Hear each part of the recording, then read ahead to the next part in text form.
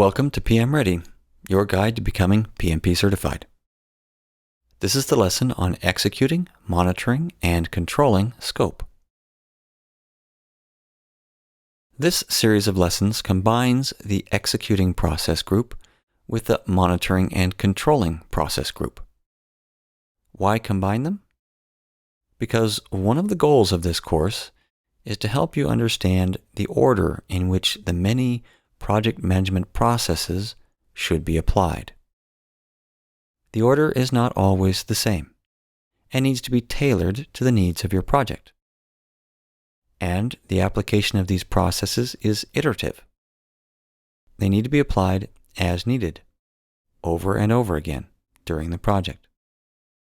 This can make it difficult to come up with a definitive process map showing the order in which each process should be applied.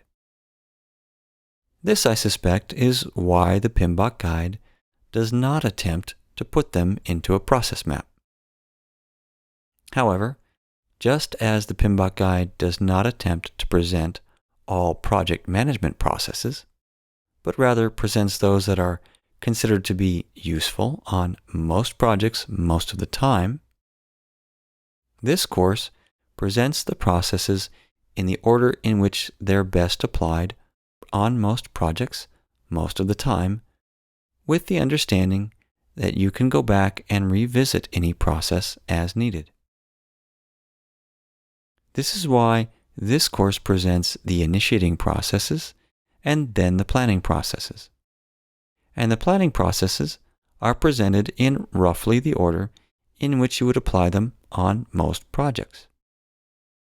However, once the planning processes have been completed the first time, and you've established project baselines, then you apply executing, monitoring, and controlling processes at the same time, in parallel, for the rest of the project, until project closure. And, by the way, the monitoring and controlling processes can extend even further into the initiating and planning processes, as well as the closing processes.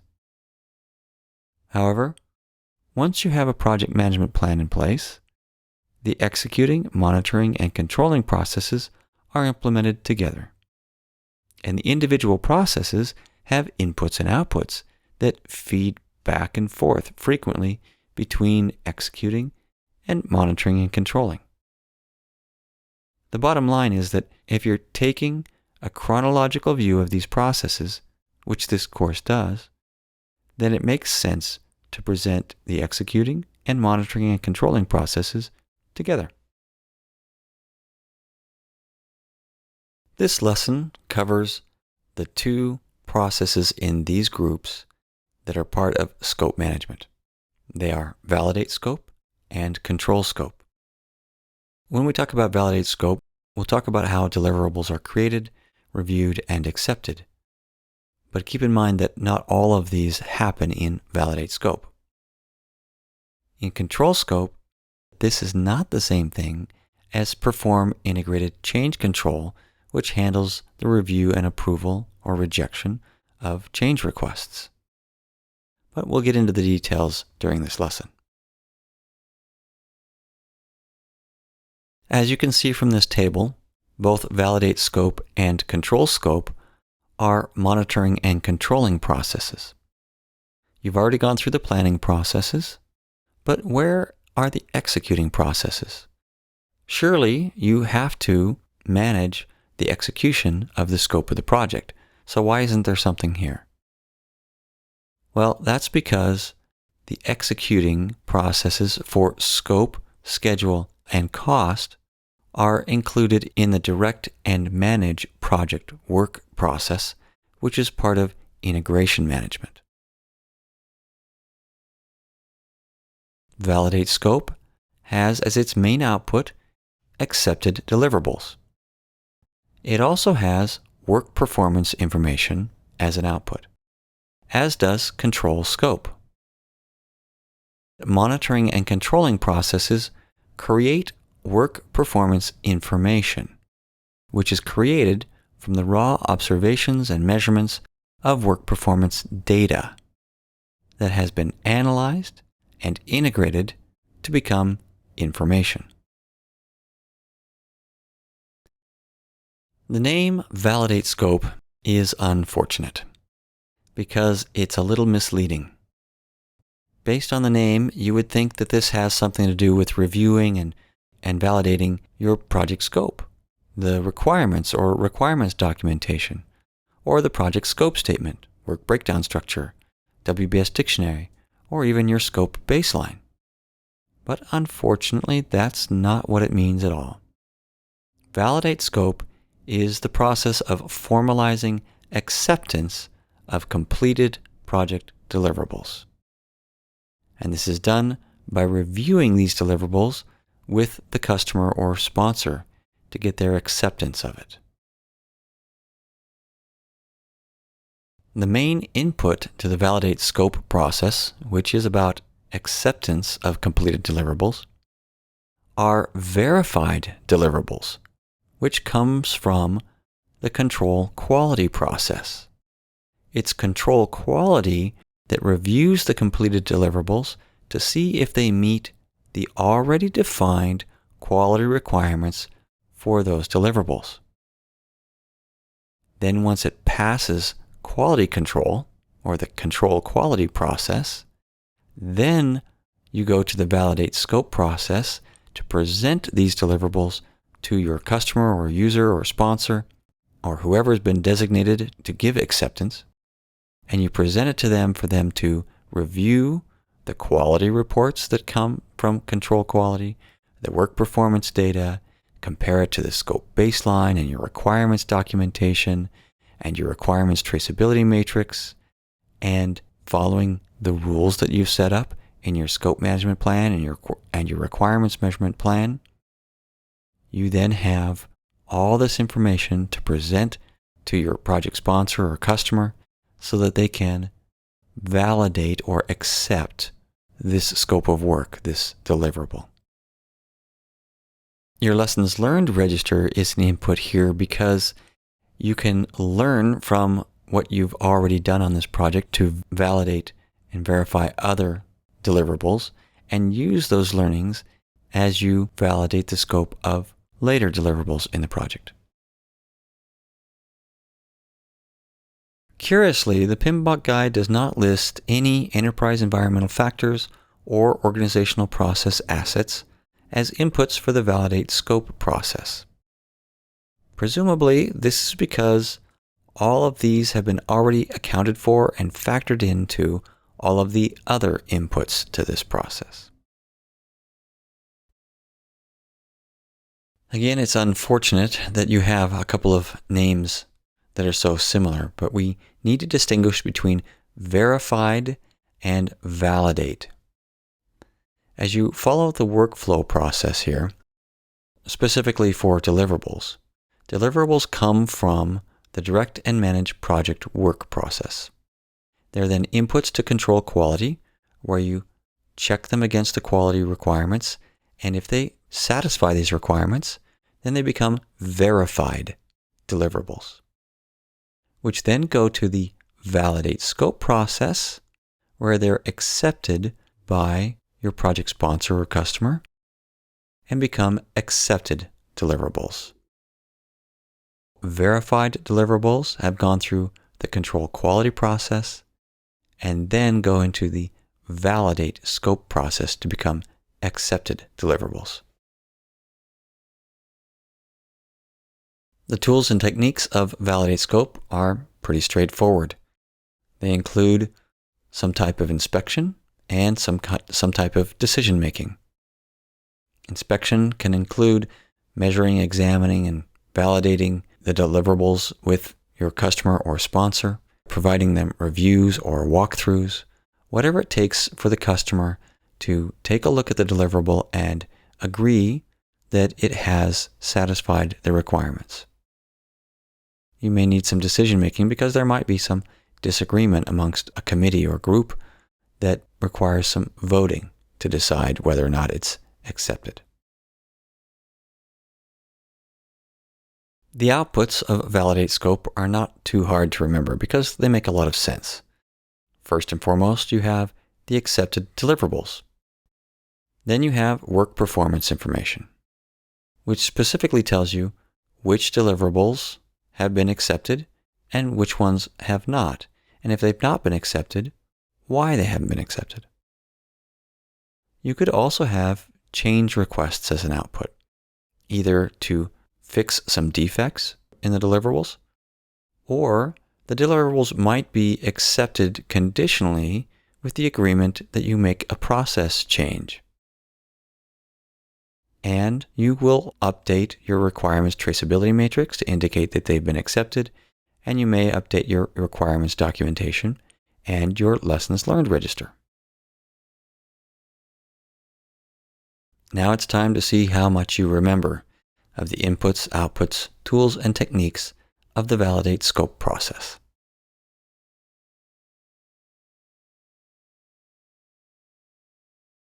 The outputs are the accepted deliverables, work performance information about those deliverables' acceptance or not being accepted, change requests to fix either deliverables or processes, plus some document updates to your requirements traceability matrix indicating the latest status of this deliverable, as well as your requirements documentation and lessons learned register. Your main input is your verified deliverable from your control quality process that's been verified against the quality requirements, and then all sorts of information that you can present to your key stakeholder who will be accepting or rejecting this deliverable, information that can be useful for them to make a decision, particularly the quality report that comes from the control quality process that shows that it meets the requirements, as well as other requirements information and rules that you should follow from your scope management plan and requirements management plan will help guide you through this process. And there's also the scope baseline and lessons learned register. You also have work performance data that is used as an input that is then analyzed and used to create work performance information. Your tools and techniques are very simple: some form of inspection on the part of your key stakeholder, and, if necessary, some sort of decision making such as voting to decide whether or not it's been accepted. And now we come to the second scope management process that is part of the monitoring and controlling process group, and that is control scope. Control scope is the process that monitors the status of both the project and product scope and manages changes to the scope baseline. It ensures that all of the requested changes and recommended corrective or preventive actions are processed through the Perform Integrated Change Control process. It also manages the actual changes when they occur. From this, you can see that this process, control scope, interfaces with other processes, particularly in the integration knowledge area, including monitor and control project work, direct and manage project work, and perform integrated change control. Control scope is where we manage scope creep. Scope creep is the uncontrolled expansion of scope, especially changes made without adjustments to time, cost, or resources. Scope creep is not just scope that's growing. If it's controlled growth, then it's not scope creep. This is why it's important to have strong change management processes in place, because scope change is pretty much inevitable on your project. It's up to you to manage that scope change to avoid scope creep. In a sense, even though control scope is listed second by the PMBOK guide after validate scope, they actually occur pretty much in the opposite order, because first you're controlling the scope before you have something finished to validate or have accepted. In order for control scope to monitor the status of the scope, control scope creep, manage scope changes, and interface with other processes such as monitor and control project work, direct and manage project work, and perform integrated change control, what are some of the inputs that you need to do this? The first is work performance data, which comes from the direct and manage project work process. Then you have the requirements information from the requirements documentation and requirements traceability matrix so that you can compare what's being done to what the requirements are. The scope baseline and performance measurement baseline so that you can compare the work to the baselines. The scope management plan and requirements management plan in order to know the rules and guidelines that you should be following and how to control scope, as well as the change management plan and configuration management plan to manage scope changes. And then, of course, you also have the lessons learned register so that you can learn from what you've been doing on the project and apply these learnings in later steps or phases, as well as some organizational process assets. No enterprise environmental factors are specifically listed for the control scope process, but there are some organizational process assets listed. And this is understandable because scope management and preventing scope creep and managing changes is so important that many organizations will already have both formal and informal policies and procedures and guidelines for managing scope, including how you should monitor and report on scope change. You'll probably also have some useful templates. The tools and techniques for control scope are just a couple of data analysis tools: variance analysis and trend analysis. In variance analysis, you compare the baselines to the actuals, and you check to see whether or not the variances are within the established thresholds, and whether or not you need to take corrective or preventive action. Trend analysis shows the trends over time of the project performance and can tell you whether performance is improving or getting worse. The primary output of the control scope process is work performance information. This is when you compare your actuals to the baseline, and can include information that's been organized, such as categorizing the changes that you've received and identifying variances, the causes of variances or changes, the impacts that these changes or variances can have on other areas or project objectives, such as the schedule or the cost, as well as forecasts of future scope performance. You may also find that you need to issue some change requests as a result of the control scope process, and these can include changes to the scope, schedule, or cost baselines, or any other component of the project management plan. You may also need to update other documents, such as your requirements documentation, to capture additional or changed requirements, or your requirements traceability matrix to include similar updates, but also including things like the status or history of different versions of requirements. Your baselines may need to be updated either as a result of changes or if your variances are significant enough, they may warrant resetting the baseline. You may also want to change your scope management plan if you have come up with better ways to manage and control your scope. And you have your lessons learned register, which you can update with things like the causes of variances and what corrective actions you've taken. So how much do you remember of the control scope process's inputs, tools, techniques, and outputs?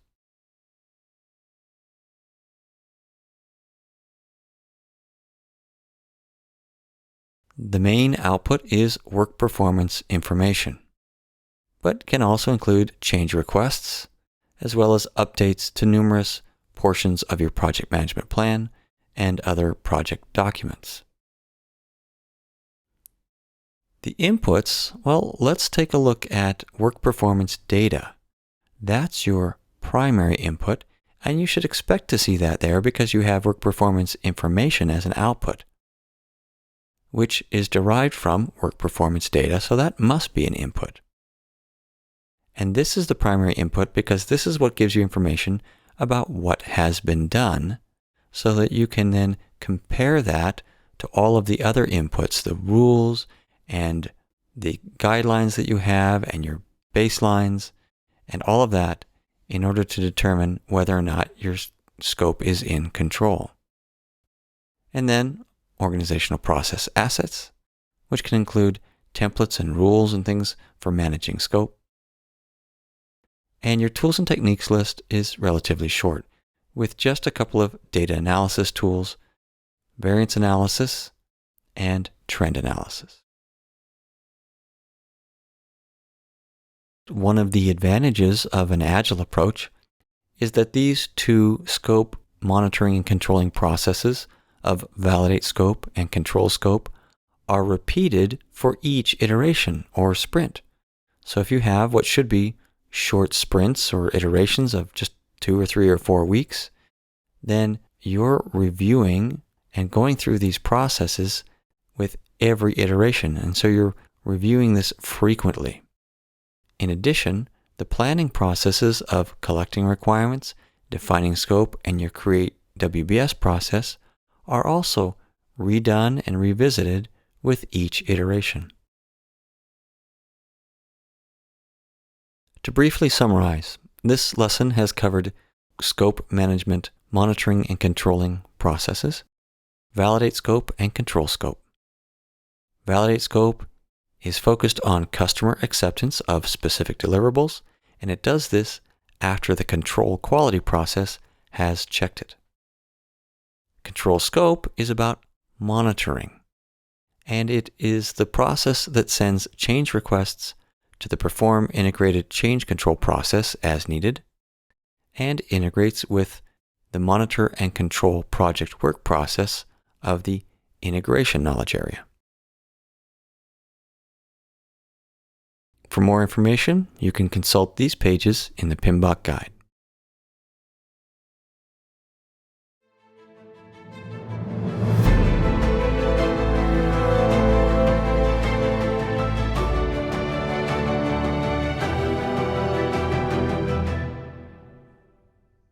PM Ready is a publication of PM Guaranteed and is based on the Project Management Institute's PMBOK guide.